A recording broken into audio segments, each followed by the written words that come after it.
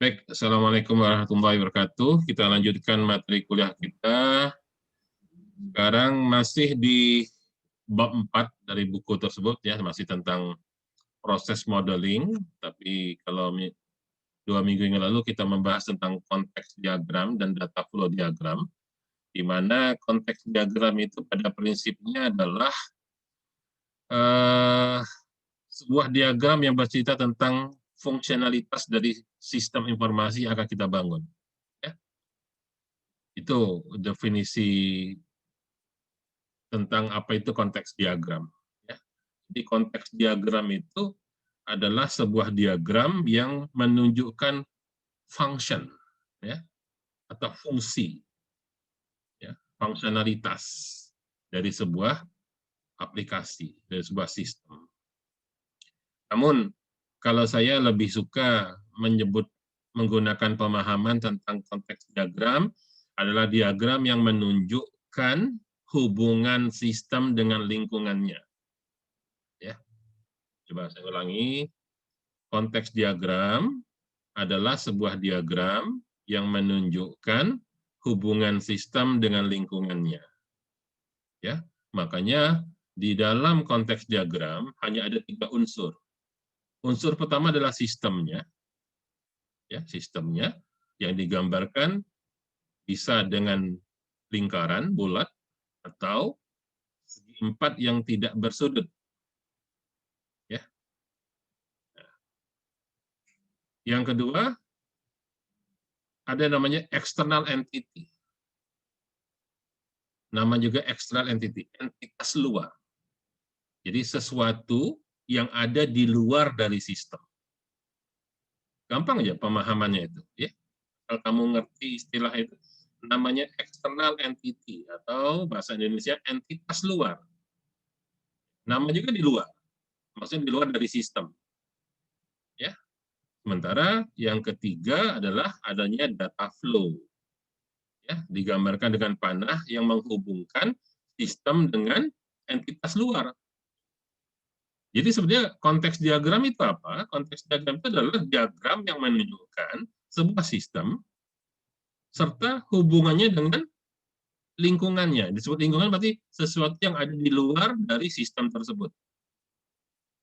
Jadi kalau dalam konteks diagram, di situ hanya digambarkan ada satu entitas luar, satu extra entity saja. Artinya yang bisa menggunakan aplikasi atau sistem tersebut hanya satu orang saja, satu entitas saja.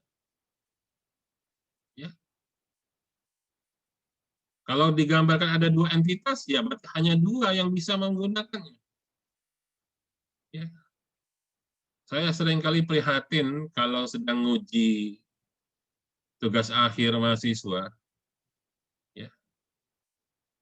Jelas-jelas di dalam konteks diagramnya cuma ada 2 entitas luar. Biasanya standar.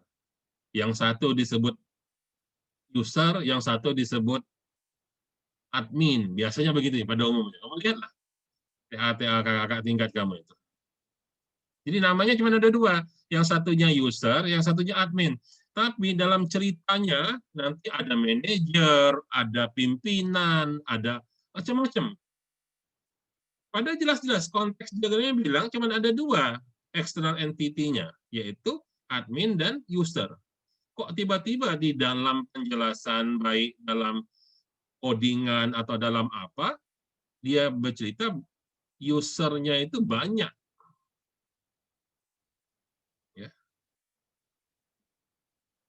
Jadi konteks diagram adalah diagram yang menjelaskan hubungan sistem dengan lingkungannya. Lingkungannya itu artinya sesuatu yang ada di luar dari sistem. Siapa yang ada di luar sistem itu? Yang bisa menggunakan aplikasi tersebut. Makanya dia ada garis hubungan, ada garis data flow. Kalau nggak ada yang menghubungkan sesuatu dari luar ke sistem, tentunya dia bukan pemakai atau pengguna sistem tersebut. Ya. Misal, kamu datang ke hipermarket, ke hypermart, supermarket ya, ke hypermart atau ke Carrefour misalnya. Atau bahkan mungkin ke Alfamart, Indomart gitu. Kamu belanja, habis itu kamu mau bayar, datang ke kasir. Ada sebuah aplikasi namanya sistem kasir, katakanlah begitu. Sekarang saya tanya, kamu sebagai apa di sana? Hmm? Kamu sebagai apa? Konsumen, Pak. Ya, sebagai konsumen, sebagai pelanggan. Kamu bisa nggak pakai aplikasi kasir itu? Tidak bisa. Tidak. Kenapa? Karena kamu tidak digambarkan sebagai external entity. Yang digambarkan di situ barangkali satu kasir, yang kedua barangkali admin dari Indomaret-nya yang bisa menginputkan data-data, atau barangkali kita nggak tahu ada lagi yang lain, apakah ada GM-nya atau apa. Intinya apa? Kalau dalam sebuah konteks diagram, seseorang atau aktor, ya, pengguna tidak digambarkan sebagai external entity, maka dia tidak bisa memakai aplikasi tersebut. Itu prinsip, ya. Tolong perhatikan, jangan sampai salah. Jadi, konteks diagram itu satu menunjukkan siapa yang bisa menggunakan aplikasi tersebut. Yang kedua, konteks diagram juga akan menunjukkan apa yang bisa dikerjakan oleh si external entity itu pada aplikasi tersebut. Fungsinya apa? Dia bisa menjalankan fungsi apa? Misal, ya, misal ada seorang kasir tadi, seperti tadi di Indomaret atau Alfamart. Betul, si kasir ada di dalam konteks diagram sebagai external entity. Dan kata lain, dia bisa menggunakan aplikasi kasir. Betul, dia bisa menggunakan. Tapi apa yang bisa dia gunakan? Tentunya digambarkan dengan pada garis-garis yang menghubungkan, pada data flow yang menghubungkan antara external entity dengan sistem, di situ ditunjukkan fungsi apa yang dia bisa pakai. Barangkali dia bisa menjalankan fungsi login, oke. Dia bisa menjalankan fungsi memasukkan pembelian pelanggan. Dia bisa memasukkan perintah hitung total belanja pelanggan. Bisa barangkali, karena itu sesuai dengan fungsi yang disediakan untuk si kasir. Nah, di dalam kasir, dalam menu kasir,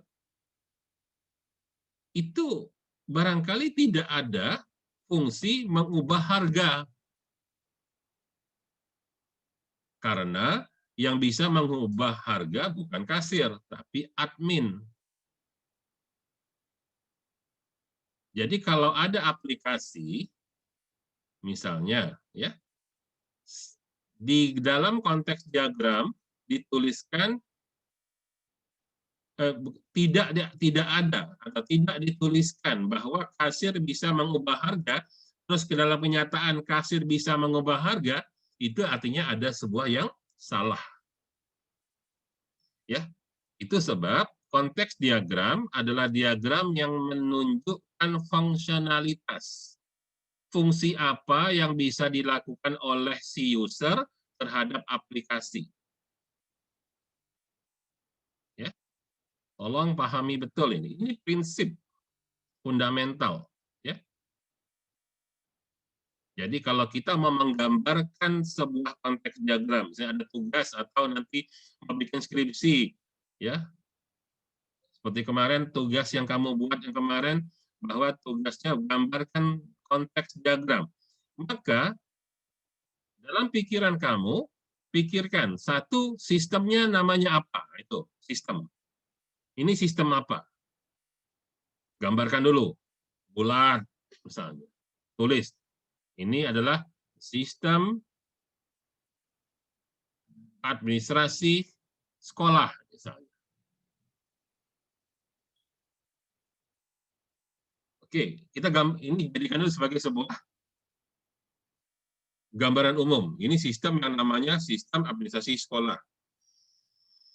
Terus pertanyaan berikutnya adalah, external entity-nya siapa aja? Apa yang dimaksud external entity? Oh, external entity adalah siapa orang yang bisa mengakses sistem ini. Siapa orang yang boleh memakai sistem administrasi sekolah ini. Yang boleh siapa? Yang boleh adalah 1 kepala sekolah, 2 kepala TU. Guru boleh nggak? Murid boleh nggak? Ya suka-suka, terserah bagaimana rancangannya. Kalau memang guru diperbolehkan, silahkan tambahkan external entity guru. Kalau seandainya mahasiswa juga diperbolehkan mengakses ke sistem administrasi sekolah itu, silahkan tambahkan external entity yang namanya siswa. Ya, jangan sampai di konteks diagram tidak ada siswa, tapi nanti dalam DFD-nya ada siswa bisa ngapain lah, terserah pokoknya. Oh, guru diperbolehkan untuk mengakses. Kenapa? Nanti guru itu bisa mengupload nilai hasil ujian. Ya sudah, nanti tugasnya apa? Hanya mengakses nilai saja. Jadi, 1, sistemnya namanya apa? Kedua, siapa yang bisa menggunakan sistem tersebut? Ketiga, setiap pengguna tadi bisa ngapain saja. Nah, itu namanya fungsionalitas. Ya. Saya minta betul kamu pahami konsep tersebut.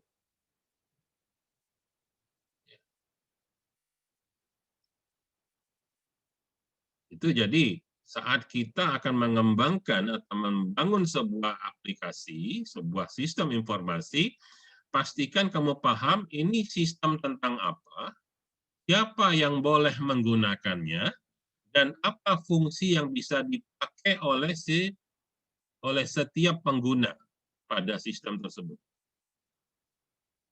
Nah, nanti itu akan dikembangkan lagi, itulah kaitannya namanya privilege. Makanya kita buat login. Supaya apa? Supaya tidak semua orang boleh pakai. Tapi kalau kita tidak membatasi bahwa semua orang sedunia ini boleh pakai aplikasi itu, nggak usah pakai login. Maka kita tulis konteks diagramnya nanti external entity siapapun boleh. All user can do. Seandainya begitu. Ya. Tapi apa iya ada sistem yang begitu? Ya. Game aja kadang-kadang kita batasin game, jangan semua orang boleh pakai. Ya, harus bisa login. Nah, nanti login itu menentukan login tersebut bisa ngapain. Itu namanya privilege, nanti dibatasin. Oh, login ini login hanya untuk bisa lihat saja. Kamu udah belajar basis data. Kita tahu dalam basis data ada istilah create, apa lagi? Write, apa lagi? Update, delete, CRUD. Ya, create, read, ya, create, read. Read kadang-kadang disebut view. Ya, dia hanya bisa lihat aja. Nah, nanti dari login ditentukan. Kalau loginnya jenis begini, dia hanya bisa view, hanya bisa melihat. Dia hanya bisa membaca data. Dia nggak bisa update, nggak bisa mengubah, apalagi mendelete. Ya. Kebayang nggak kalau kasir itu bisa mengubah harga seenak-enaknya? Ya. Awalnya harga gula pasir 5.000 terus diganti sama dia jadi 12.000 misalnya. Itu artinya dia bisa create, dia bisa update dari sisi ilmu basis data gitu. Ya. Jadi fungsi atau peran apa yang bisa dilakukan oleh seorang user, itulah yang namanya fungsionalitas. Nah, itu semua digambarkan pada yang namanya konteks diagram. Ya. Sampai sana cukup jelas, bisa dipahami? Ya. Dalam data flow diagram, itu diagram yang menggambarkan bagaimana data mengalir. Data mengalir maksudnya adalah bagaimana sebuah data yang awalnya jadi sebuah input diproses, diubah, ya, sampai menjadi output. Tentunya output itu adalah sesuatu yang kita inginkan sebagai hasil. Ya. Logika dalam membuat DFD, itu namanya logika output oriented. Apa yang dimaksud output oriented? Kita berpikir logikanya menggunakan logika berorientasi output. Jadi DFD itu, cara bikin DFD adalah pikirkan pengennya nanti jadi outputnya apa. Pengennya apa outputnya? Kalau masak, sebenarnya pengen makan apa? Oh, pengen makan rendang, maka outputnya harus rendang. Outputnya harus rendang, baru kita pikirkan, nanti yang bisa menghasilkan rendang itu dia butuh proses yang inputnya apa dan harus dibagaimanakan. Nah, jadi sekali lagi, kalau konteks diagram hanya ada 3 elemen, 1 ada sistemnya, 2 ada external entity-nya, yang ketiga ada yang namanya data flow-nya. Itu konteks diagram cuma 3. Tapi data flow diagram ada yang keempat, yang namanya data store. Ya, jadi dalam data flow diagram ada 4 elemen. Proses, ya, karena DFD adalah proses, bukan lagi, tapi kalau konteksnya digambarkan sebagai sistem secara keseluruhan. Tapi kalau DFD adalah proses. Ya. Kemudian external entity, ketiga adalah data flow, dan keempat adalah data store. Jadi cara menggambarkan DFD adalah pikirkan dulu maunya output apa. Untuk menghasilkan output itu dia butuh input apa dan diproses di mana. Input akan datang dari yang namanya external entity. Kenapa? Karena external entity nama lainnya adalah sink. Nama lainnya adalah source, yang artinya adalah sumber dari data. Maka sebuah proses mendapat input dari external entity. Sementara output adalah hasil dari pemrosesan. Ya. Makanya tidak boleh ada input yang berasal dari external entity langsung menjadi output. Tidak boleh ada dari external entity yang langsung disimpan di dalam data store. Juga tidak boleh input dari external entity langsung menjadi output dan langsung masuk menjadi external entity yang diterima oleh external entity juga. Ya, karena external entity yang berfungsi sebagai penerima data disebut sink. Apapun yang menjadi data yang mengalir keluar menjadi output yang masuk ke dalam sink adalah hasil pemrosesan. Ya. Saya harap itu kamu pahami, ya. Mana yang boleh, mana yang nggak boleh, mana yang benar, mana yang salah. Satu, coba ingat, proses ya. Pada proses. Proses selalu ada input, ada output. Nah, itu yang benar. Adalah salah besar kalau ada proses hanya ada input, tidak pernah ada output. Itu namanya apa? Proses yang hanya menerima input tanpa pernah ada output. Namanya Black hole. black hole. Masuk, tidak pernah keluar. Ya. Yang tidak pernah ada masuk, tiba-tiba keluar, disebut spontaneous generation. Dia mengenerate secara spontan. Ya.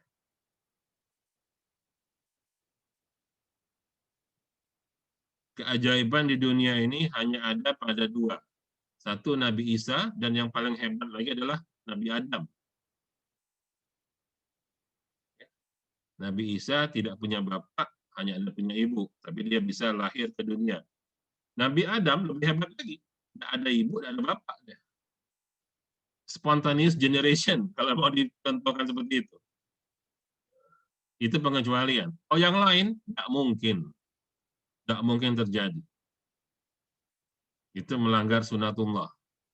Nah, sistem aja sama. Tidak mungkin ada tiba-tiba muncul output tanpa pernah ada input. Itu namanya spontaneous generation. Ya. Nah, yang lebih aneh lagi, nampaknya seolah-olah benar tapi adalah salah adalah masuk lain, keluar lain. Itu namanya gray hole. Lubang abu-abu. Ya. Di mana antara output dengan input tidak ada korelasi. Jadi jangan pernah percaya kalau ada orang ngomong, kemarin ada orang melahirkan, tapi anaknya macam kuda. Tidak mungkin lah. Bapaknya manusia, maknya manusia, tidak mungkin anaknya kuda. Nah, itu. Bohong itu tuh. Tidak usah percaya hal-hal yang tahyul. Ya, itu logik aja.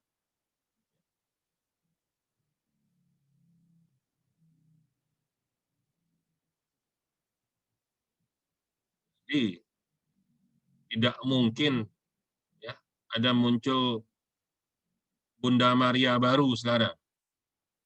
Oh, aku suci, aku baik-baik, tidak pernah bersentuh sama laki-laki, tiba-tiba hamil. Tidak mungkin. Ya, itu namanya spontaneous generation. Ya.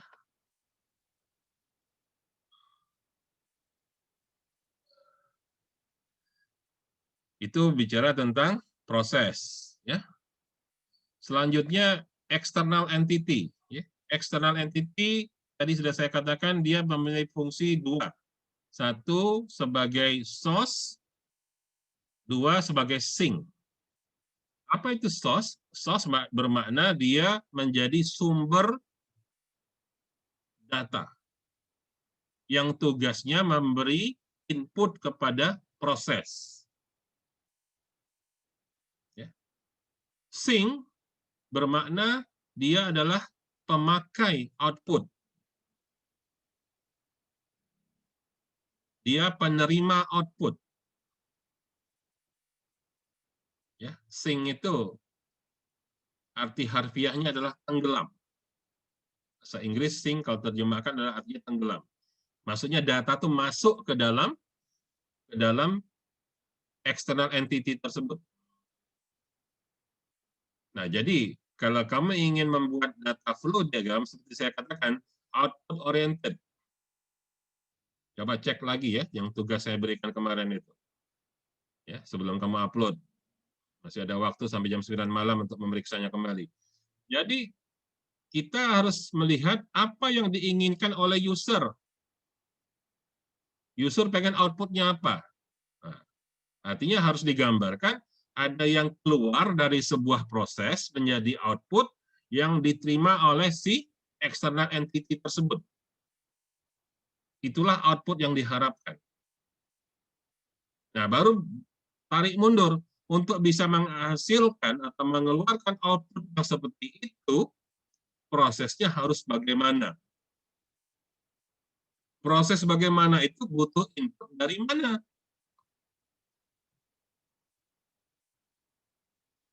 Ya.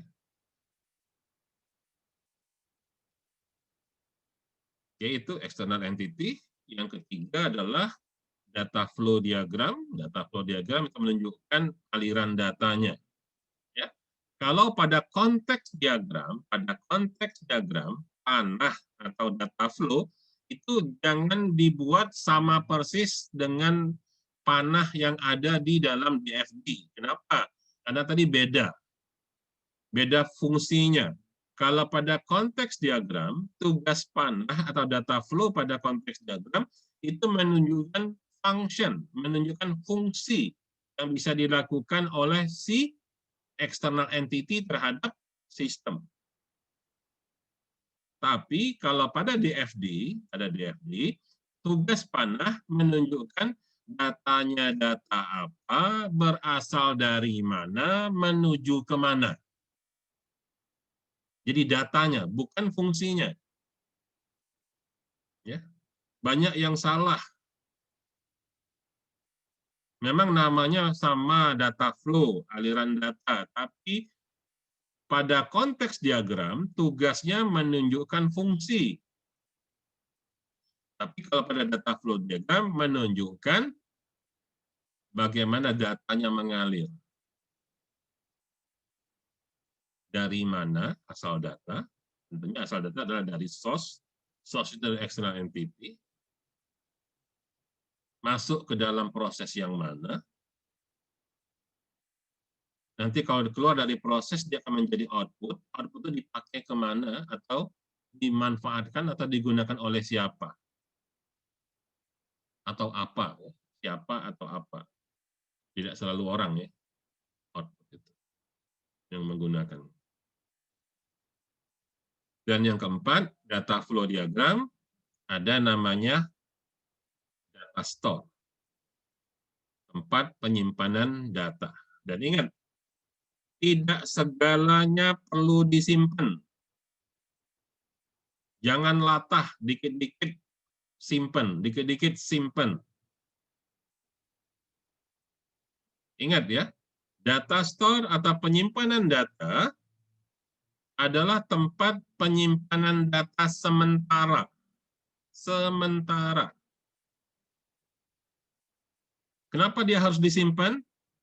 Karena akan dipakai nanti. Nah, sementara menunggu waktunya datang, simpan dulu. Jadi tidak semua hal perlu disimpan. Saya selalu ngasihkan contoh, coba cek folder-folder isi di komputer atau di HP kalian itu. Coba, kebiasaan dikit-dikit semuanya disimpan, sedikit semuanya disimpan. Maka, biar kamu punya HP yang memorinya 1 tera juga, kalau semuanya disimpan, yang sampah juga disimpan, tidak pernah cukup tempat penyimpanan itu. Ya. Kenapa dulu saat HP kita memorinya cuma 256 kilo bisa dipakai, bagus-bagus saja. Sekarang punya HP 2 giga, langkah kecilnya memori. Hah? Mulai saling ngoyo, memori HP kau tuh HP murahan, cuma 2 giga. Ini nah, punya aku 64. Ya memang kalau punya memori cuma 2 giga ngapain? Apa yang salah gitu loh. Coba cek isi memori kalian itu, isi RAM kalian itu, isi ROM dan hard disk atau apa gitu, SSD kalau di laptop misalnya, cek, coba lihat. Isinya apa? Coba cek tanggal save-nya itu tanggal berapa dulu. Dan lihat, kapan terakhir kamu gunakan data itu. Ingat ya, data store penyimpanan sementara. Karena belum dipakai sekarang. Kalau nggak pernah dipakai, nggak usah disimpan. Atau, kalau memang mau langsung dipakai, ya nggak usah disimpan, langsung dipakai aja. Saya mengilustrasikan waktu itu dengan makanan. Kamu masak. Masaknya jam 11, mau makan jam berapa? Makannya kagak malam, ya simpen. Tapi kalau selesai masak setengah 12, nak dimakan jam setengah 12 juga, ngapain masuk lemari dulu? Langsung hidangkan aja, langsung disantap. Ya. Kan waktu itu saya bilang, orang Korea itu masak mie, ke pancinya dihidangkannya pucuk meja. Ya, pernah lihat ada orang Korea masak mie, selesai mie-nya masak, simpannya di kulkas. 5 menit kemudian baru dikeluarkannya lagi dari kulkas. Baru dihidangkannya pucuk meja, ada enggak? Nggak ada. Nggak ada, Pak. Nah, jadi artinya data store itu disimpan karena memang perlu disimpan karena belum dipakai sekarang, tapi akan dipakai. Kalau tidak pernah dipakai, nggak usah disimpan.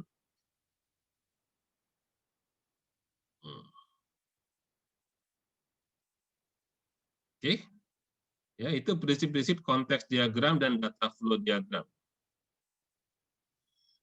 Nah, itu review saya materi trade, siapa tahu karena gara-gara libur minggu lalu jadi lupa kalau ya. Sekarang kita lanjut, materinya masih sebenarnya masih di bab itu juga, 4 juga.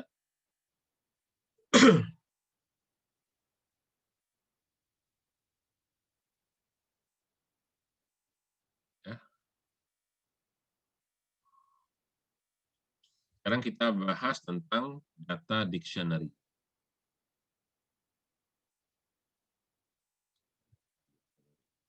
Iya, saya sambil ya.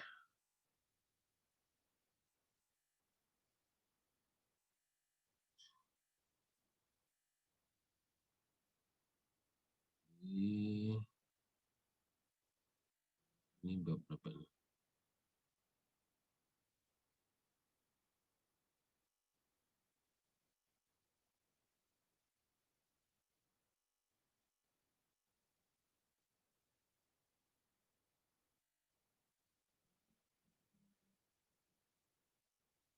Analisis, requirement modeling,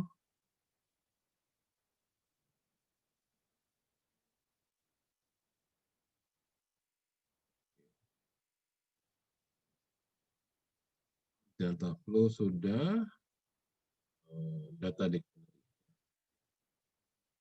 dictionary.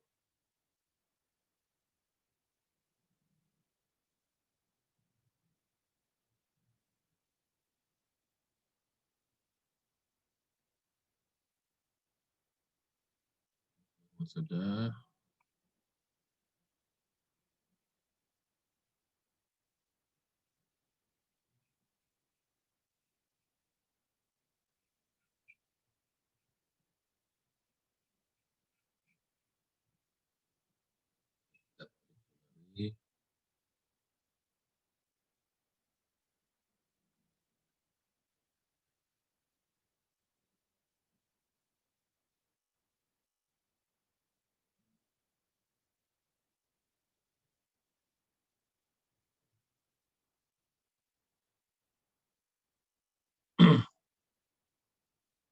Oke ya, ini bisa kamu lihat ada di halaman berapa ini? Ya, tentang data dictionary. Oke, data dictionary. Data dictionary, kalau bahasa Indonesianya itu artinya kamus data. Ya. Dalam istilah bahasa Inggris, selain menggunakan namanya data dictionary, juga disebut data repository. Ya. Repository itu artinya tempat penyimpanan. Tapi sebenarnya saya nggak suka pakai istilah data repository ya, karena data repository ya tempat penyimpanan itu database atau data store itu. Ya. Makanya saya lebih suka menggunakan istilah data dictionary, ya, kamus data. Ya. Apa itu? Adalah central storehouse. Storehouse, gudang. Ya, atau tempat penyimpanan pusat. Tempat penyimpanan informasi pusat tentang data-data yang dimiliki oleh sebuah sistem. Ya.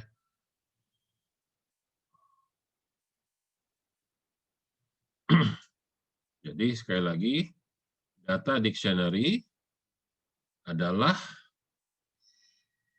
pusat penyimpanan informasi tentang data-data dari sebuah sistem. Kalau agak bingung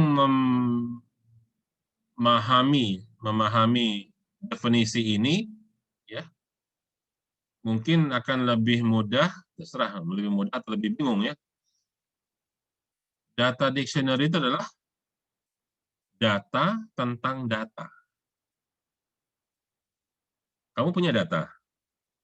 Nah, ini data dictionary itu adalah data dari data tersebut.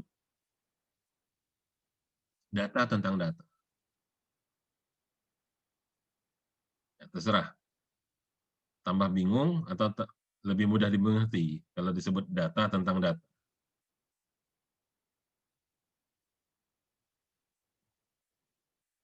Jadi, misalnya, kalau objeknya tuh manusia, seseorang lah katakanlah, si A gitu, itu sebagai objek. Ya, si A itu, kita tanya data tentang si A tadi, namanya siapa, tempat tanggal lahirnya di mana, nama orang tuanya siapa, data tentang seseorang. Nah, kalau seseorang itu adalah data, maka ini adalah informasi atau data tentang data tersebut. Kalau kalian belajar database dengan baik, memahami database dengan benar, paham yang namanya struktur data, seharusnya tidak bingung. Seharusnya. Tapi kalaupun agak bingung, tidak apa-apa lah, tanda berpikir. Saya itu paling khawatir sama uang yang tidak pernah bingung, tidak pernah mikir dia. Ya. Jadi, seorang analis, ya, jadi orang yang melakukan analisa, dia akan menggunakan data dictionary, kamus data itu, untuk mengumpulkan dokumen,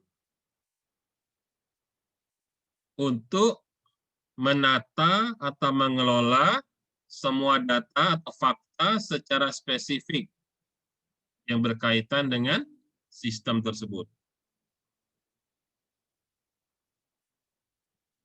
Kemudian data dictionary juga akan digunakan untuk mendefinisikan dan menjelaskan semua elemen-elemen dari data yang digunakan.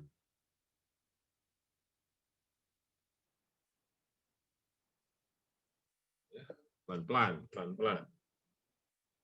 Kalau bingung, bagus, tanda mikir.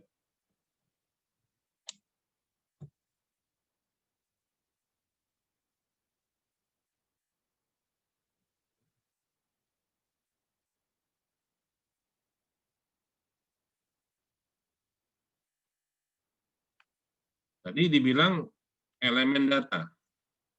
Ya. Apa itu elemen data? Elemen data adalah item dari data atau field.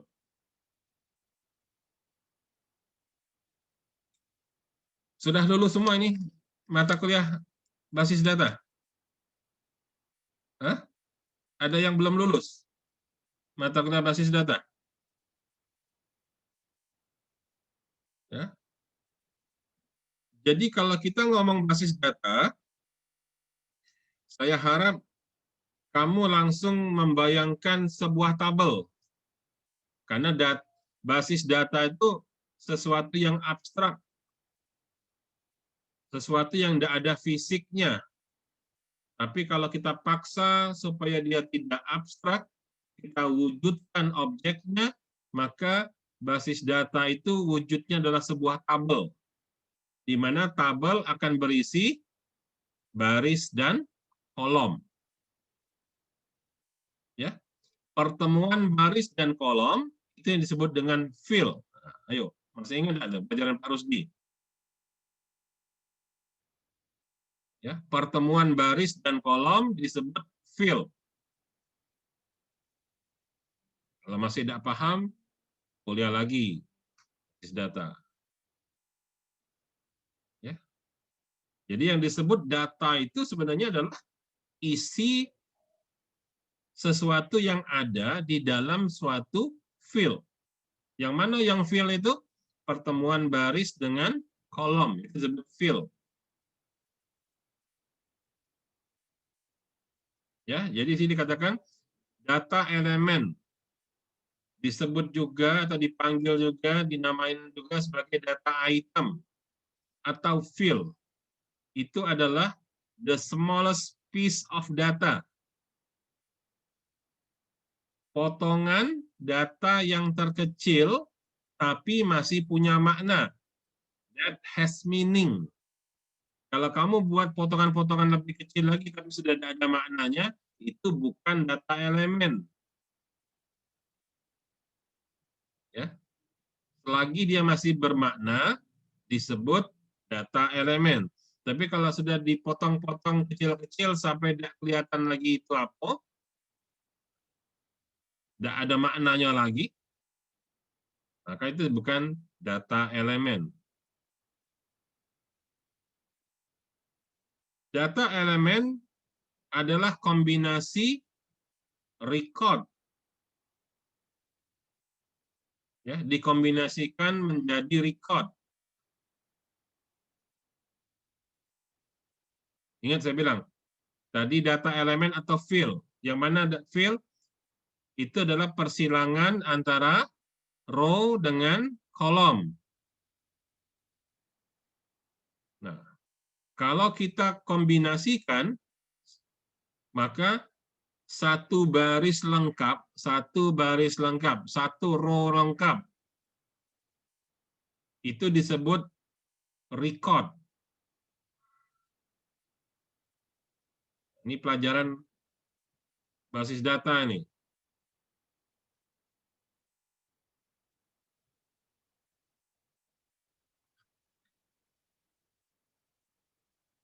Apa itu record?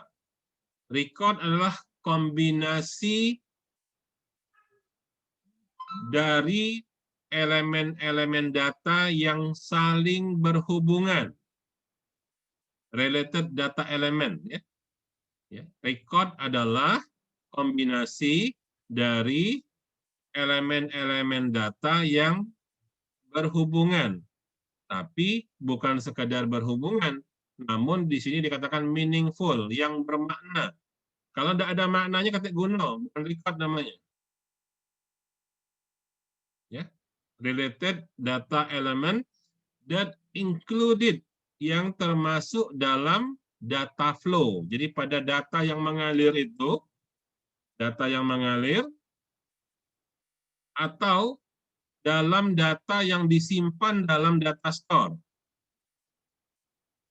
Jadi record itu bisa berupa isi dari data flow, juga bisa berisi data yang disimpan dalam data store.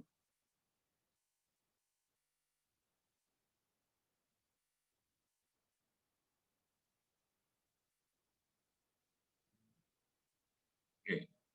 Sebelum kita lanjut, saya mau, ya, sekali lagi saya ulangi, ya. Pahami apa yang dimaksud dengan data dictionary. Kedua, pahami apa itu data elemen. Kemudian, tiga, apa yang dimaksud dengan field atau data item, ya, data item atau field. Nih, tiga. Empat adalah record atau nama lain dari struktur data. harusnya ini sudah paham, harusnya, ya, karena sudah belajar semester 2, baik basis data maupun struktur data. Kalau belum paham atau lupa, buka lagi bukunya. Ya. Jadi, pahami 4 hal. Apa yang dimaksud dengan data dictionary atau data repository itu 1. 2, apa yang dimaksud dengan data elemen. 3, apa yang dimaksud dengan record. Sorry, kelewatan ini satu. Data elemen atau data item. Data elemen, data item, atau field. Nah. Yang ketiga, record atau data structure, struktur data.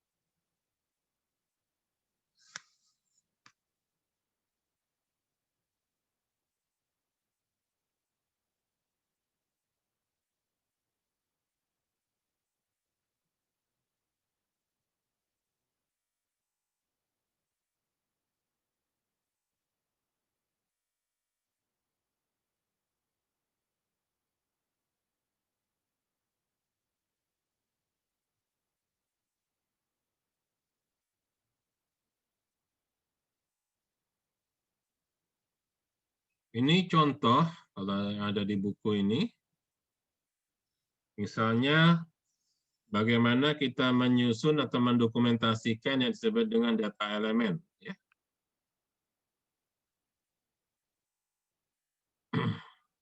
Ini contoh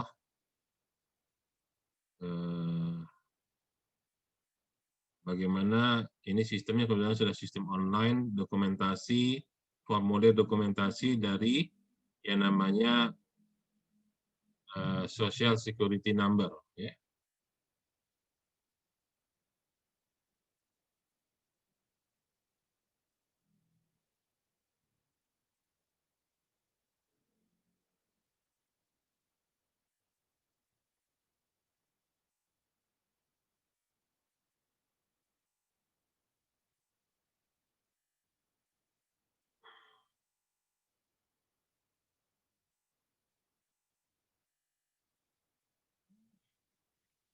Jadi biasanya dalam kamus data, ya, satu ada nama dari data. Ini data elemen name atau label. Jika diperlukan, kita bisa kasih nama penggantinya, nama aliasnya. Ya bisa saja ada sebuah nama tadi kepanjangan, supaya singkat kita tulis alias X1 misalnya. Itu boleh, ya, misalnya. Ya tak terlalu panjang. Tapi nama aslinya tetap ada, ya. Data elemen name atau label. Kemudian ya seperti pelajaran database, misalnya di situ ada jenisnya. Ini data jenisnya apa? Integer. Ini data jenisnya alfanumerik. Ya. ukurannya, panjangnya, berapa karakter dia. Misal ya. Jadi di sini semua ada ditulis numerik, alfabet ya, atau karakter ya. Panjangnya itu menunjukkan berapa ya, sorry. Panjangnya apa. Sudah itu, barangkali jika diperlukan, kita bisa memberikan default value, nilai default-nya. Karena bisa jadi ada data yang tidak boleh kosong. Jadi dikasih default, nilai asalnya.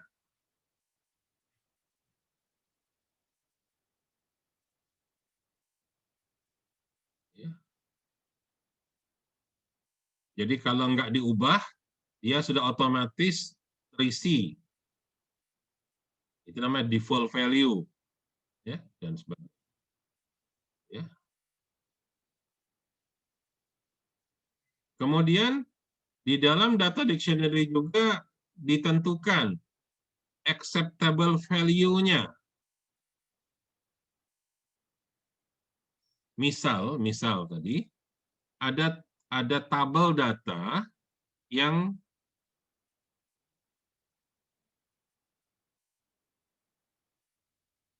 itu adalah nama misalnya. Nah, kalau dia nama, maka value yang boleh diisi di sana apa? Ini kita bilang acceptable value-nya adalah alfabet.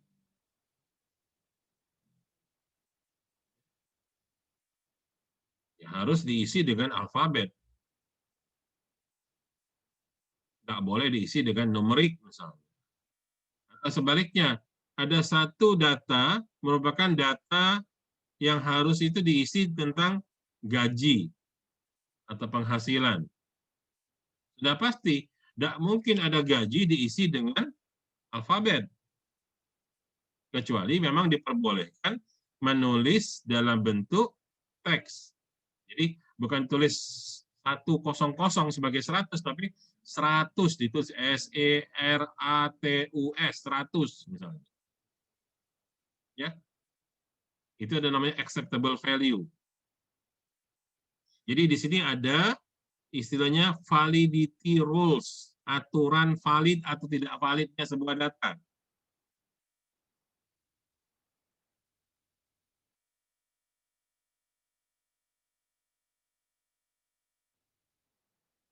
Kemudian kita tahu bahwa dalam konteks diagram maupun data flow diagram, ada external entity yang berfungsi sebagai source. Maka kita sebutkan, source-nya apa?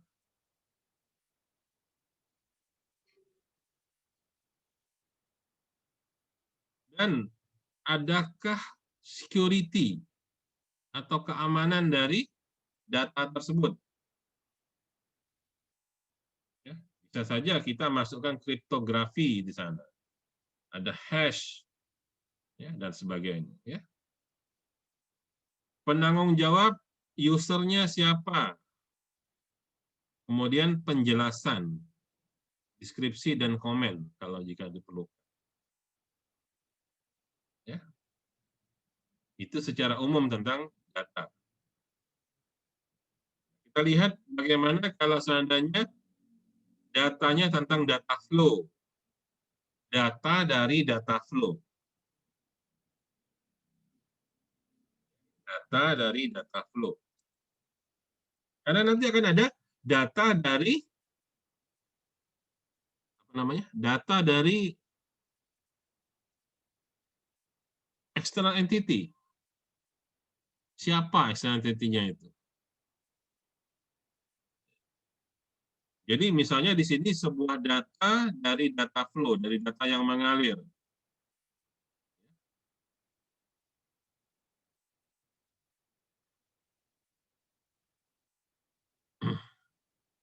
Maka tentunya data itu harus punya nama atau label. Harus ada deskripsi atau penjelasan, ini data flow apa, tujuannya apa, purpose. Mengapa dia harus mengalir. Ada nama alternatif nggak? Atau nama alias? Asalnya dari mana? Origin. Asalnya dari mana? Tentunya kalau ngomong asalnya dari mana, external entity-nya siapa gitu.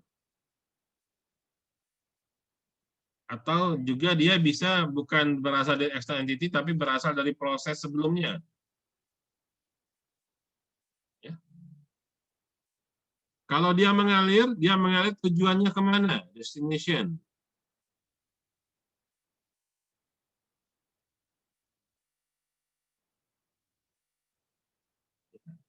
Jadi, kalau kita kembali ke contoh, di sini misalnya saat menggambarkan ini, contoh data flow diagramnya ini. Nah, seperti ini dah. Ini konteks diagram. Ini konteks diagram. Ya, konteks diagram atau pada data flow diagram, gambarnya seperti ini misalnya. Ya. Ini ada aliran data. Namanya inventory change. Namanya, labelnya inventory change. Maka inventory change ini asalnya dari mana? Asalnya dari proses 1.3, yaitu proses yang namanya assembler order. Kita bisa tulis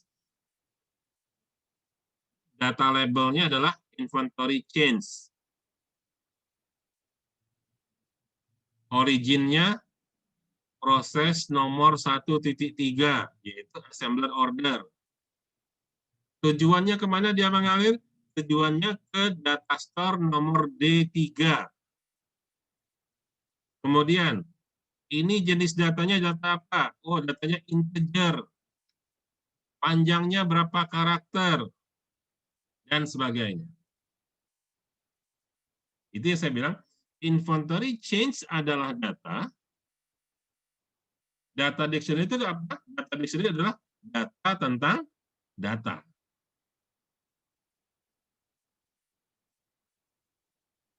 Ya, ini contoh ya.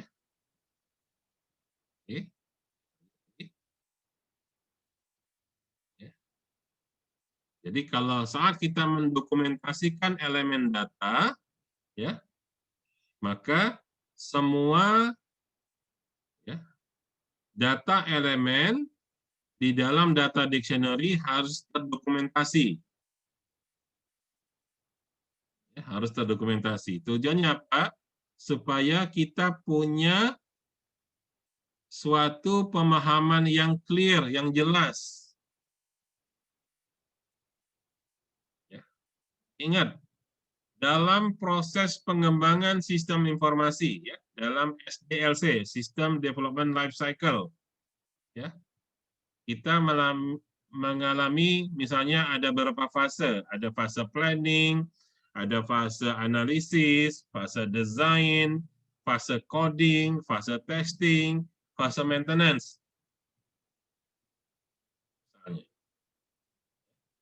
Atau mau ditambahkan lebih awal lagi sebelum planning adalah feasibility study pertama, kedua baru planning, 3 analisis, 4 design, 5 coding, 6 testing, 7 maintenance. Kalau mau yang lengkap sampai dibilang 7 fase. Ingat, setiap fase belum tentu kita semua yang ngerjakan. Barangkali kalau sebatas untuk tugas atau sebatas untuk tugas akhir skripsi, memang iya betul kamu semua yang ngerjakan. Tapi nanti kalau sudah kerja, kamu masuk di perusahaan, ingat, tugas kamu barangkali sebatas hanya jadi analis. Desainnya orang lain, yang ngoding orang lain, yang testing orang lain. Maka saat kita melakukan perpindahan tugas dan tanggung jawab, ada serah terima dari orang analis ke orang desain, dari orang desain ke orang coding, dari orang coding ke orang testing, maka semuanya kan merujuk kepada yang namanya data dictionary ini. Jangan kamu pikir, kaget aku juga yang ngoding. Kan aku yang paham. Jadi tidak usahlah dibuat data dictionary. Iya, kalau dalam skala, tapi dalam skala besar, ingat bahwa analis kerjanya hanya analis. Ini kerjanya orang analis ya bikin ini.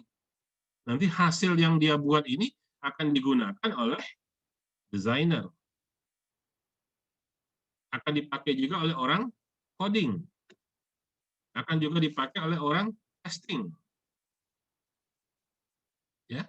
Jadi dia harus membuat sesuatu yang clear, yang jelas, yang informasinya komprehensif, lengkap. Ya, jadi ini tadi setiap data dictionary harus mengandung hal-hal ini ya. Pertama, nama atau label, dua aliasnya apa, tipe dan panjangnya, dia punya default value apa tidak, dan nilai yang acceptable-nya itu seperti apa.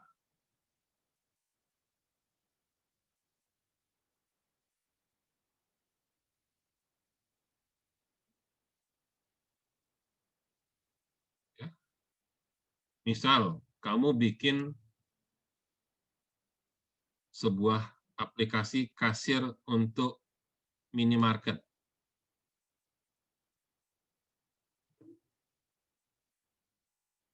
Bisa kamu bayangin? Minimarket itu biasanya barangnya apa? Barang-barang kebutuhan rumah tangga. Minimarket. Ya, Indomaret, Alfamart, 212 Mart, Family Mart, apapun lah yang Mart itu. Kira-kira pernah ada di minimarket tuh ada yang jual emas batangan?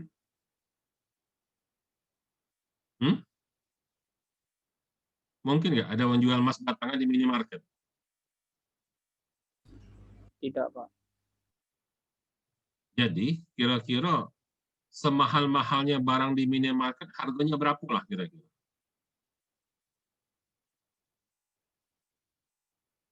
Yang paling mahal di minimarket, kira-kira. Barang apa yang paling mahal yang kira-kira masih pantas? Kalau pengalaman saya, barang paling mahal di minimarket itu adalah susu, ya, susu bayi. Itu sebab dia selalu ditaruh di belakang kasir. Itu barang mahal itu, takut dicuri orang itu. Pokoknya barang mahal itu ditaruhnya susunannya di kasir, itu barang mahal itu. Pergilah ke Indomaret itu. Yang mahal-mahal, yang kosmetik mahal, nah, itu taruhnya di belakang kasir. Nggak ada ditaruhnya di ujung-ujung di pojok-pojok itu. Itu pasti ciki-ciki yang ada di pojok-pojok itu. Nah, semahal-mahalnya barang di minimarket, harganya berapa kira-kira? Harga satuan. Ada nggak yang sampai jutaan? Hah? Mungkin nggak Tidak ada. ada, Pak. Hah? Tidak ada. Jadi rata-rata paling mahal itu harganya ratusan ribu. Jadi ratusan ribu itu berapa digit?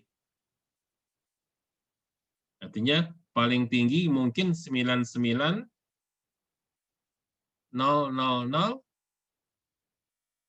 ya. 999.000 paling mahal. Untuk kalau kita bikin kolom harga satuan. Bukan harga total, bukan harga satuan. Jadi pada saat kita membuat tabel data untuk harga satuan barang, harga unit barang, rasanya paling tinggi 6 digit. 999.000. 1 juta itu 7 digit. 1, 0-nya 6. Rasanya tidak ada barang di minimarket harganya sejuta. Nah, ini yang disebut dengan acceptable value. Nilai yang acceptable. Nilai yang masih bisa diterima.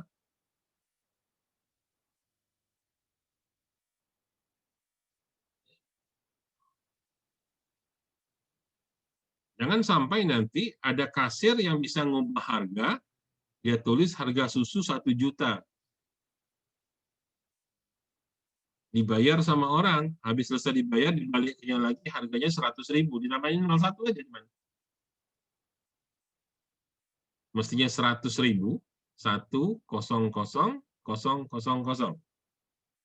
ditambahin 01 jadi 1 juta.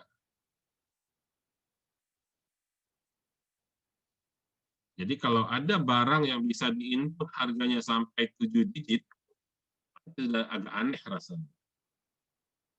Ya. Makanya kita bisa mengatur ini semua di situ. Jadi bukan sekedar asal bikin-bikin aja. Kamu pernah ngitung nggak pakai kalkulator, tiba-tiba hasilnya E? Hah? Pernah nggak punya pengalaman itu? Ngitung-ngitung jumlah-jumlah kali, tiba-tiba sama dengan munculnya E gitu. Bukan E yang pangkat 10 itu bukan. Maksudnya error. Kenapa? Karena kalkulator itu cuma didesain untuk sekian digit. Tiba-tiba kamu hitung sampai miliaran, sampai triliun misalnya. Error dia. Artinya apa? Kalkulator itu dirancang untuk menghitung, barangkali orang jual cabai, jual bawang kali di pasar yang harganya itu paling-paling berapa paling mahal. Ya. Coba kamu buka kalkulator, kamu pencet berapa maksimum. Kalaupun kalkulatornya agak canggih, kalau sudah lebih dari batas maksimumnya dia dibuat pangkat 10 misalnya. Itu canggih. Tapi sebenarnya artinya si kalkulator itu sudah menghitung di luar rencana yang dibuat.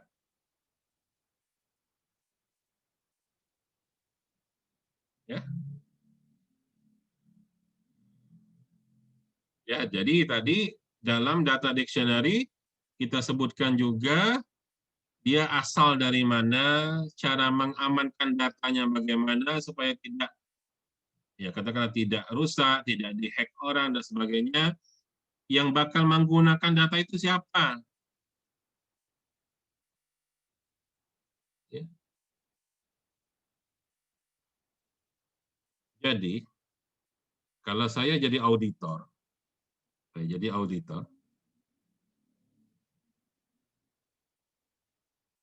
kemudian saat saya memeriksa ada kecurigaan,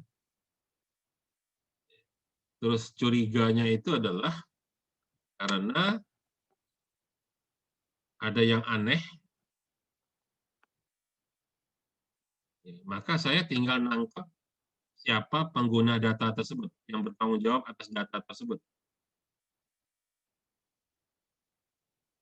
Misalnya, catatan keuangan, transaksi penjualan, misalnya. Ada yang aneh, maka kalau sudah komputerisasi, itu kan gampang melacak siapa yang menjadi terduga atau tersangka.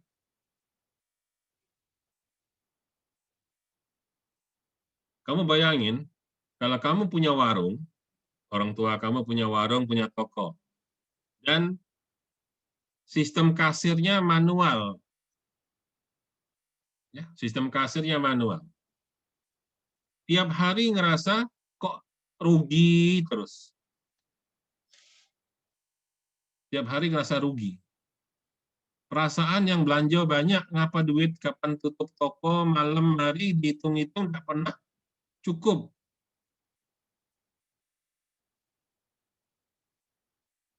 Nak nuduh wong takut seuzon, karena tidak punya bukti.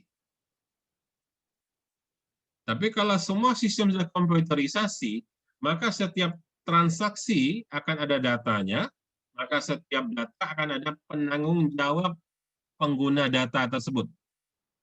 Jadi kalau ada yang aneh pada sebuah data, tinggal bukan seuzon, memang dia sebagai tersangka. Ya, tinggal membuktikan bahwa dugaan dia menyelewengkan itu memang iya. Ya. Oke, berikutnya adalah deskripsi atau catatan ya tentang data elemen tersebut. Jadi kalau pada itu tadi yang ini semua adalah umum ya, secara umum ya. Ini cerita tentang elemen data secara umum. Ya, harus begini. Mau data apapun. Ya. Tapi kalau kita lihat satu persatu ya.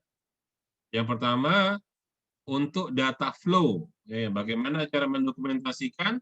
Tentunya ada nama dari data flow-nya, ada deskripsi dari itu, ada nama alternatifnya, asalnya dari mana, tujuannya kemana, record-nya, ya, record artinya gabungan satu baris, row dan seluruh kolom, ya itu namanya record.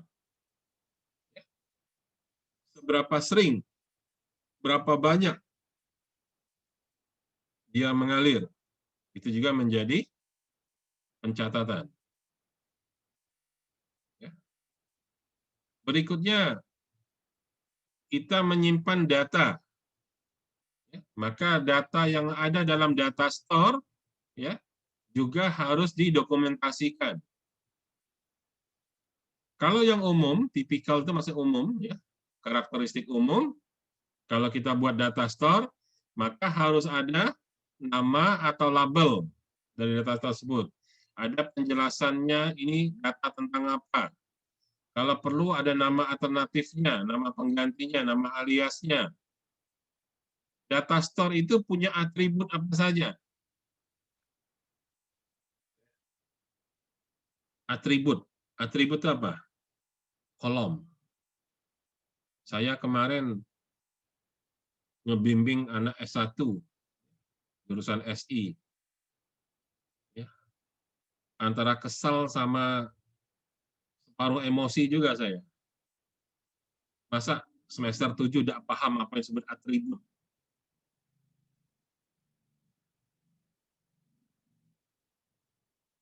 Aku sarjana S1, calon sarjana S1, tapi atribut saja tidak paham. Dia nggak mengerti apa beda atribut yang merupakan kolom dalam tabel dengan baris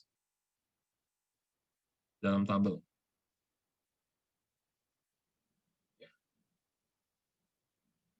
Ini yang umum ya dalam data store.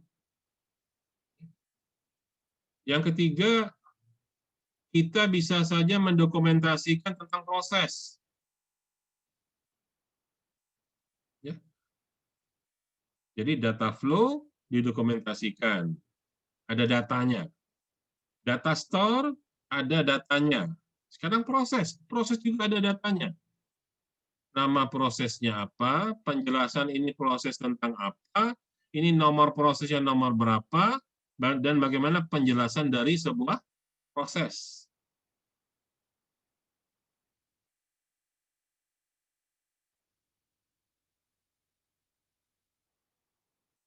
Ya. Dan terakhir tentunya entity pun ada datanya. Seperti tadi saya bilang, kalau orang ada namanya, tanggal lahir, dan sebagainya. Jadi di sini entity, maksud external entity di sini adalah namanya apa atau siapa. Karena ini entity tidak harus selalu orang ya. Bisa juga benda atau sistem lain. Dua, ada deskripsi atau penjelasan. Ini apa yang dimaksud dengan entity ini. Ada nama alternatif lainnya. Entity ini akan punya input apa dan punya output apa.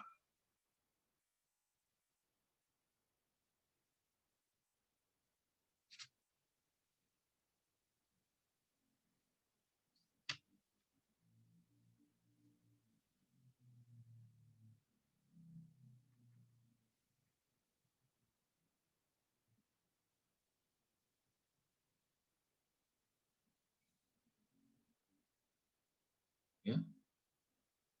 Dan yang terakhir dalam data dictionary adalah kita juga akan mencatat atau mendokumentasikan record. Ya, ingat tadi record itu tadi apa? Record itu adalah satu baris utuh dari tabel data. Satu baris utuh kombinasi dari fill. Beberapa fill digabungkan, dikombinasikan jadi namanya record. Coba masih ingat nggak tuh waktu belajar basis data? Dalam digital yang paling kecil apa? Yang paling kecil? Hah? Ada yang tahu? Atau lupa? Harusnya tahu sih. Masalah ingat apa enggak? Dalam dunia digital, hal yang paling kecil apa disebutnya?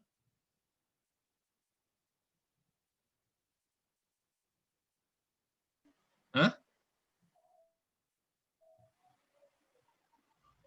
Apa, Firman? Fajar? Yang paling kecil dalam dunia digital apa?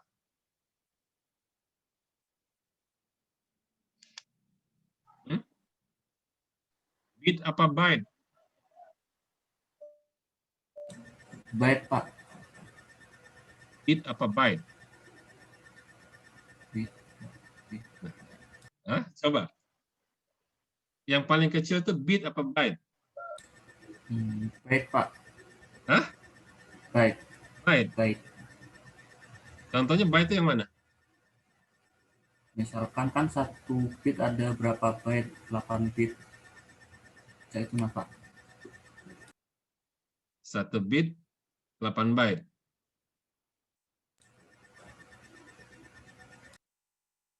Contoh byte itu apa?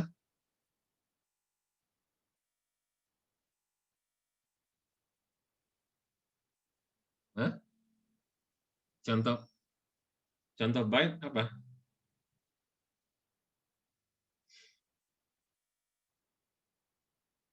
Dalam dunia digital tuh wujudnya apa sih?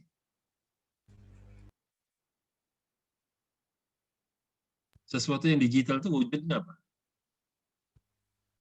Wujudnya 1 dan 0. 1 atau 0 itu bit atau byte? Bit. Hah?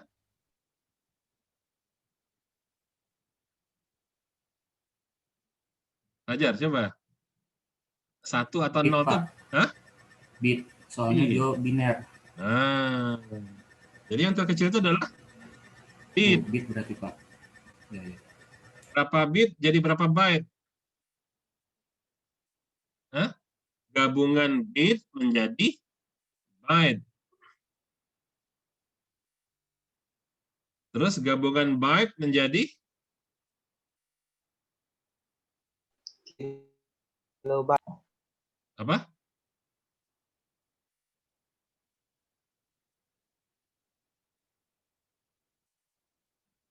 Yang paling kecil bit, 1 atau 0. Gabungan dari berapa bit jadi byte. Gabungan byte menjadi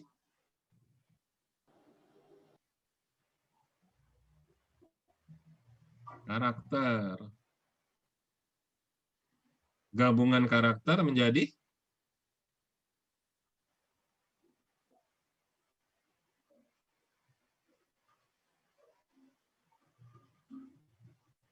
apa?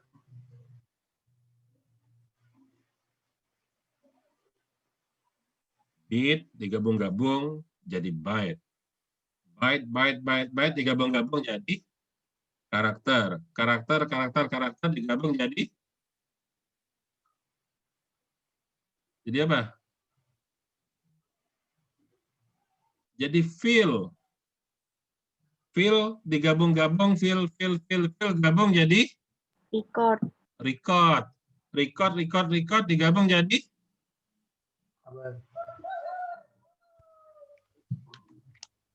record digabung jadi tabel, nak. Tabel digabung jadi Database. apa? Hah? Database. Database. Ah, belajarnya itu kapan itu yang macam itu? Mata kuliah apa belajar itu dulu?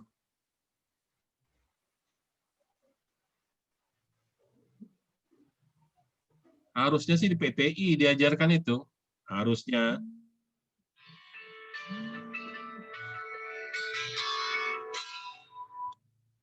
Halo?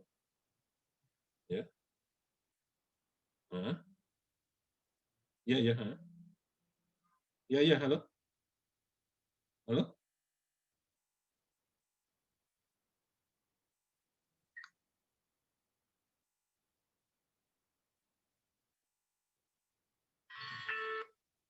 Halo? Hmm. Hmm.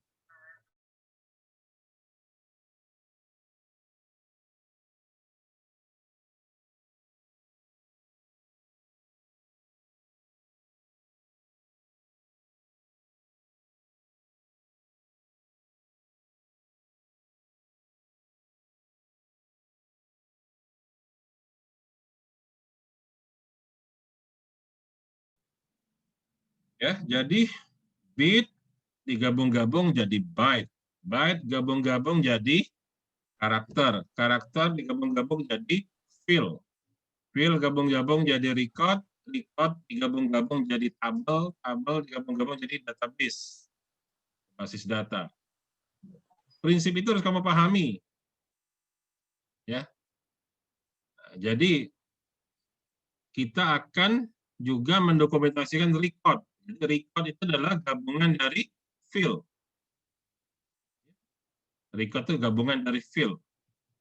Atau dengan kata lain, kalau dalam sebuah tabel, satu baris itu disebut satu record. Gabungan dari beberapa fill. Ya. Jadi harus ada nama dari record. Ya. Jadi kalau kamu belajar struktur data, sebenarnya belajar cara bikin record. Nah, gitu loh. Jadi struktur data itu adalah nama lainnya record. Ya. Jadi jelaskan, kasih definisi, ada penjelasan, ini record tentang apa. Kalau dia punya nama alias, nama alternatif, kasih namanya. Atributnya apa saja? Maksud atribut adalah kolomnya apa saja pada setiap baris itu. Atribut. Nah, ini saya bilang tadi. Jangan sampai tamat jadi alumni Fakultas Ilmu Komputer, tapi nggak ngerti mana variabel, mana atribut, mana record. Oke? Ini penting untuk kalian pahami sebagai dasar. Ya. Nah, jadi ini semua harus dibuat dalam sebuah kamus data. Jadi kalau ini sudah dibuat oleh seorang analis, maka kalaupun nanti desainnya orang lain, yang ngoding orang lain, yang melakukan testing orang lain, itu tidak akan terjadi kesalahan. Kenapa? Semuanya sudah dibuat dokumentasi yang lengkap seperti ini. Ya.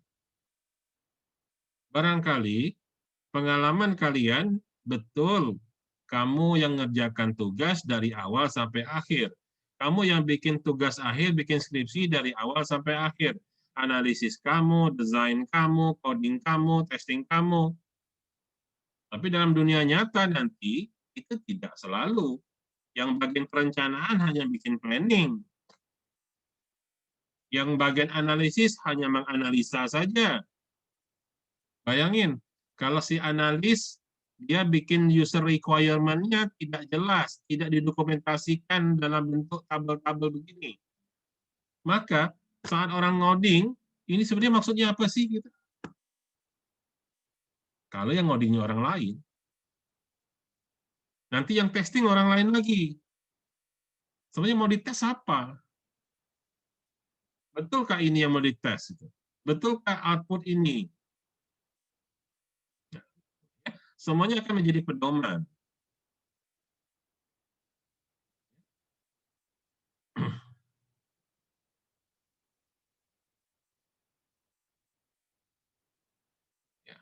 Dan Setelah kesemuanya kita buat data dictionary, maka akhirnya terakhir sekali akan ada namanya data dictionary report, yaitu sebuah laporan ya yang berisi semua data dictionary yang kita buat tadi. Didokumentasikan, dilakukan, dibuat bukunya.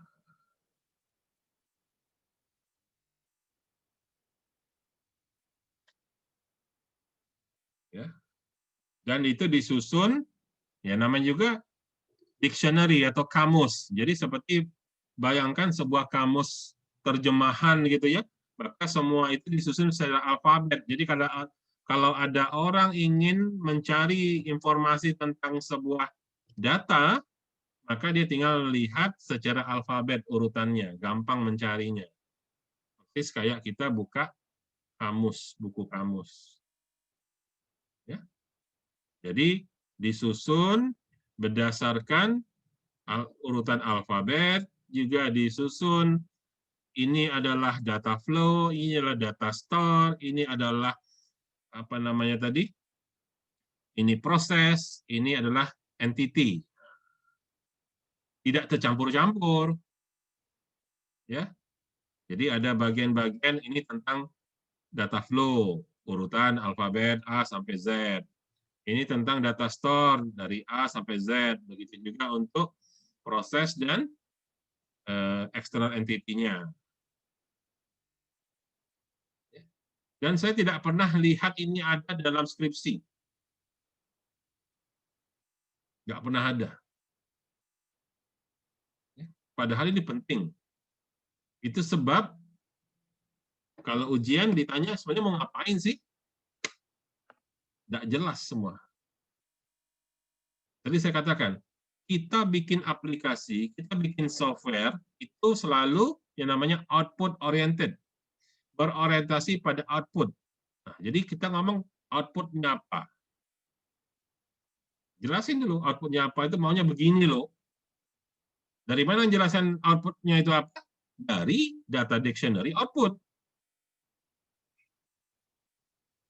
Oh, outputnya dihasilkan dari proses yang mana?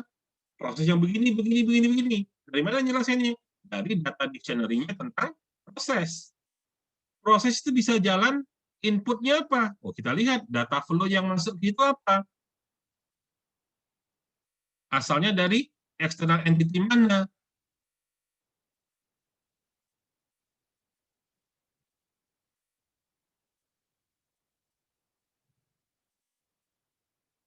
Sampai di sini ada yang mau ditanyakan? Hmm? Ada yang mau ditanyakan?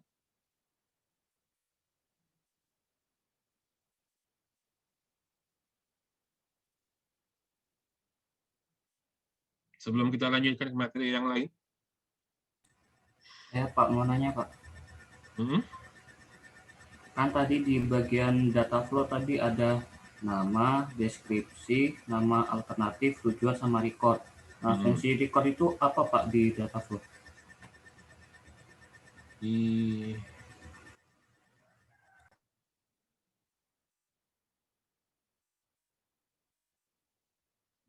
Tentang apa tadi? Data flow ini? Iya Pak, data flow Pak.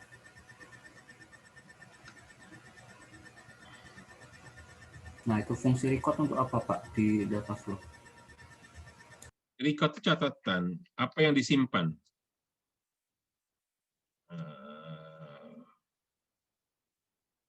Nih. Buku. Kalau di buku saya, halaman berapa ini? 4.25 kalau buku saya. Kalau di sini, buku saya ini edisi lama masalahnya. Agak beda halamannya. Documenting, data store.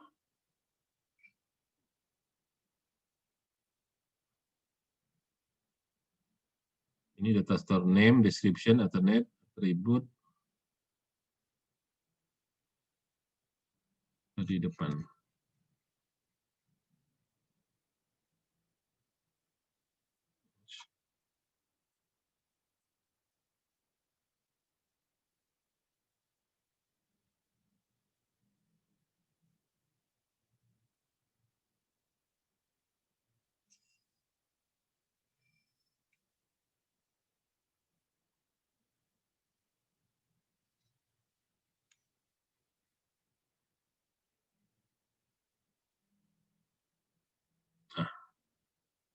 Ya, nih documenting data store.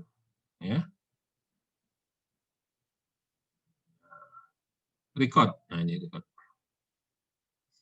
Each data flow, setiap data flow represent, mewakili a group of related data element, sekelompok elemen data yang saling berhubungan. All record, disebut record. Or data structure. Ini apa? Yang dimaksud record di sini adalah record di dalam tabel data, yaitu satu row, satu baris. Dia recordnya apa? Jadi kita nyatat dia itu di dalam data flow, kita buat catatan ini namanya apa. Penjelasan tujuannya apa ya. Describe data flow and its purpose. Tujuannya apa? Purpose. Ada nama alternatif enggak? Asalnya datang dari mana? Tujuannya dari mana? Dan ini pada kalau dalam tabel dia record yang mana? Maksudnya itu, record ini record yang mana? Ya, record. Ini gambar 525. Gambar 525. Ada gambar 525. Ini gambar berapa? 525. Nah, ini atas ini ya, 525. Kelihatan nggak gambarnya itu? Ya. Jadi satu, dia datang dari mana? Dua, deskripsinya, ya. Ini labelnya, nama aliasnya, volumenya seberapa sering, ya. Recordnya ada nggak? Recordnya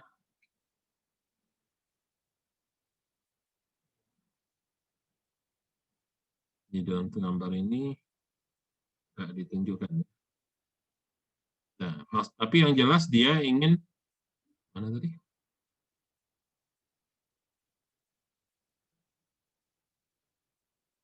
Nah, ini. Jadi record di sini maksudnya adalah dia akan menunjukkan dalam tabel data itu dia data baris yang mana gitu, ya. In most data dictionary, pada sebagian besar kamus data, record are defined separately. Record didefinisikan terpisah from the data flow. Ya, biasanya dia didefinisikan terpisah dari data flow dan data store. Ya, biasanya gitu. Ketika record didefinisikan, more than one data flow, lebih dari satu data flow atau data store can use the same record, dapat menggunakan record yang sama. Jadi intinya kembali lagi bahwa kalau kita bicara tentang record di sini adalah dalam tabel dia baris yang mana, dia berada pada baris yang mana. Ya, maka saya bilang tadi, kalau kita ngomong data, langsung kamu ini sesuatu yang abstrak, yang bendanya nggak bisa kita lihat. Tapi bayangkan aja, wujud database itu adalah sebuah tabel. Maka dalam tabel pasti ada baris, ada kolom. Pertemuan baris dan kolom disebut field. Persilangan baris dan kolom disebut field. Ya, kolom adalah atribut. Kolom adalah atribut. Ya, nanti itu penting saat kita membuat ERD ya, Entity Relationship Diagram. Kolom adalah atribut. Ya. Sementara record adalah gabungan dari field. Record adalah gabungan dari field. Ingat, bit, byte, karakter, field, record, tabel, database. Nah, itu urutannya tadi. Maka saya tanya tadi ya. Jadi bayangkan dalam sebuah tabel, dalam sebuah database, dia berupa gabungan-gabungan dari tabel. Ya, makanya kalau kita ingin menggambarkan database, nanti dalam ERD, Entity Relationship Diagram, adalah diagram yang menggambarkan database, kita akan menunjukkan tabel apa terhubung dengan tabel apa. Nanti setiap tabel akan punya record. Setiap tabel akan punya atribut. Maka ada atributnya apa saja. Ya. Jadi kalau atribut, bayangkan tabel itu adalah kolomnya. Kolomnya itu adalah atribut. Sementara record, bayangkan adalah barisnya. Nah, jadi di sini kita menjelaskan bahwa untuk data flow ini, record-nya yang mana gitu.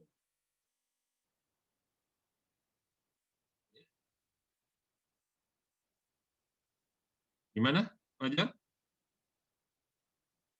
Paham, Pak. Paham. Oke. Yang lain ada lagi yang mau ditanyakan? Hmm?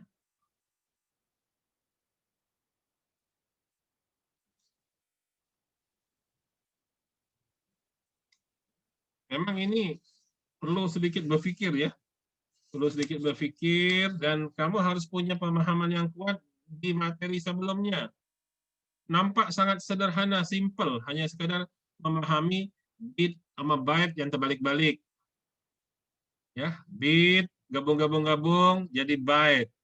Byte gabung-gabung-gabung jadi karakter. Karakter digabung menjadi field. Field digabung menjadi record. Record baris sampai penuh barisnya disebut tabel. Tabel dihubung-hubung jadi namanya database. Ya.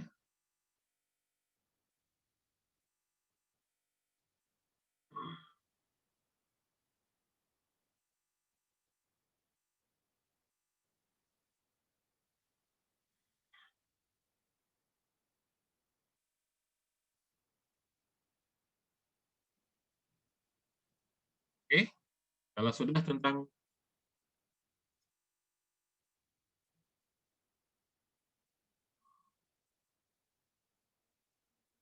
kira-kira masih mau terus apa sudah hangat kepala kamu? Hah? Ini masih cerita dalam satu bab sebenarnya, tapi saya potong-potong ya. Konteks diagram, data flow diagram minggu lalu sebelumnya. Nah, ini tentang data dictionary-nya dulu. Kalau mau dilanjut ini masuk proses description nih. Nah, tapi beda lagi nanti. Tapi masih ngomong tentang data juga sih. Hah? Kalau jam kuliah kita belum habis sih. Masih ada waktu sebenarnya kalau jam kuliah. Tapi kepala kamu berasap enggak nih kira-kira? Ya, khawatir nanti banyak-banyakin materi cepat selesai tapi tidak paham apa-apa. Hah?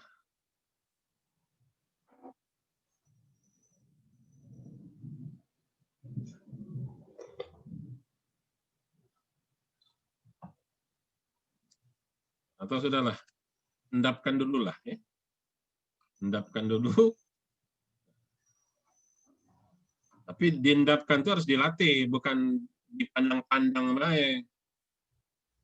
Ya. Jadi saya minta yang kira-kira masih agak bingung-bingung, download buku yang sudah saya kasih itu. Buka halaman-halamannya itu. Ada contoh-contoh tabel-tabelnya gitu ya. Ada contoh-contoh gambarnya, baca ulang lagi. Ada definisinya pelan-pelan itu. Saya sedikit-sedikit ini. Paling-paling ini berapa halaman cuman. Kalau di buku cuman ya karena banyak gambarnya, besar gambarnya ini. Cuman kalau ini kamu tidak paham, kalau ini tidak paham, ini prinsip loh. Ya, kita balik ke sini. Stop sampai di sini, Bella. Bisa dilanjutkan lagi. Karena yang berikutnya masih dalam bab ini, tapi ceritanya beda. Sudah. Kita bingung lagi. Kalau yang sekarang kita banyak ngomong database dan struktur data. Yang berikutnya tadi, yang ini kaget banyak berhubungan sama algoritma ini. Buka Alpro. Makanya saya takut kamu berasap kepala kamu lagi. Ya. Nah, sekarang belajar ini, buka buku basis data, buka buku struktur data. Ya. Pahami lagi, ulang lagi. Jadi sambil dua-duanya dapat. Ya, APSI-nya dapat, basis data dan struktur datanya kamu ulangi lagi, perkuat lagi. Ya. Sebab kalau enggak, nanti ketinggalan terus, pas terakhir bengong enggak tahu apa-apa. Tamat sih tamat, tapi kata isi kepala. Skripsi asal buat baik, tapi tidak ngerti ngapa dibuat. Nah, ya. Jadi, coba latihan ya, terserahlah. Saya mau dibilang suka ngasih tugas, ya terah kamu ya, itu untuk kebaikan kamu ya. Selanjutnya tugasnya adalah buat kamus data untuk semua yang kamu buat di data flow diagram sebelumnya. Ya. Yang tugas tadi, yang tugas yang malam ini paling lambat harus diupload itu kan sebenarnya sudah selesai minggu lalu kan? DFD sama data sama konteks diagram, tinggal ngupload aja. Sekarang kamu punya 4 komponen di dalam DFD yang kamu buat. Ya. Ada 4 komponen dalam DFD yang kamu buat. Ada data flow diagram yang berisi data flow, data store, proses, dan external entity. Nah, semuanya itu buat kamus datanya. Ya, silahkan kerja kelompok, tapi upload individu. Jadi maksud saya, ya kamu boleh saja bagi-bagi tugas, mengerjakannya di kelompok. Ya, bagi tugas. Tapi nanti digabungkan. Digabungkan kalau sudah digabungkan, tiap orang harus mengupload. Saya nggak mau perwakilan kelompok yang hanya satu orang mengupload. Nanti, ya kalau memang betul-betul dibuat bersama, tapi kalau yang bikin hanya satu orang, yang lain hanya nebeng nama saja. Oke, ada pertanyaan? Ya, baik materi maupun tugas yang harus dikerjakan. Oh, langsung aja saya inikan. Di kuliah ke-10, langsung tambahin, pada lupa lagi nanti. Ya, sekarang berarti tadi tugas 2, tugas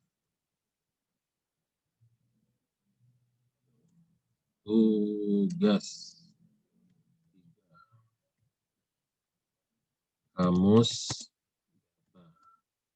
atau data dictionary. Buat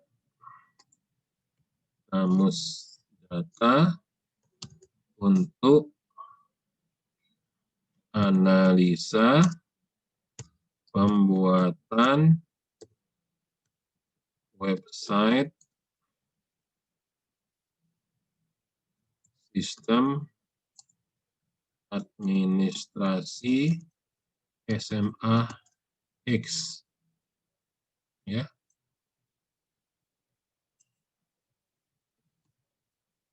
Masing-masing untuk setiap data flow, data store, proses, dan entitas yang digunakan. Ya. Buat secara kelompok, tapi upload individu. Oke. Ya. Hari minggu depan tanggal 12. Tanggal 12. Tanggal 12 jam 00. Berarti sebenarnya sebelum malam. Berarti 11 sebelum tengah malam itu.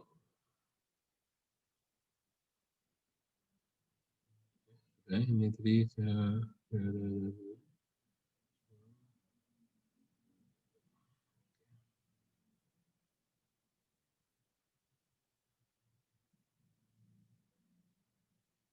ini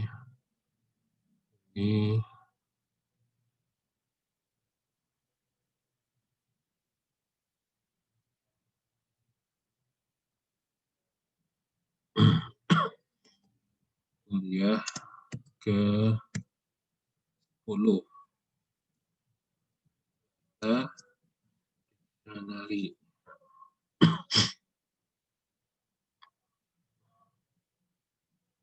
bahan kuliahnya sama di sini ya. PowerPoint-nya masih sama di sini. Tidak ada PowerPoint khusus. PowerPoint-nya ada di kuliah 9. Nah, ini terus nanti kuliah ke depan juga akan terus gitu. Oke, apa namanya? Untuk kuliah tambahan pengganti yang minggu lalu, libur minggu lalu, hari Sabtu siang masuk ya. Sabtu jam 1 ya. Mau jam berapa? Mau pagi?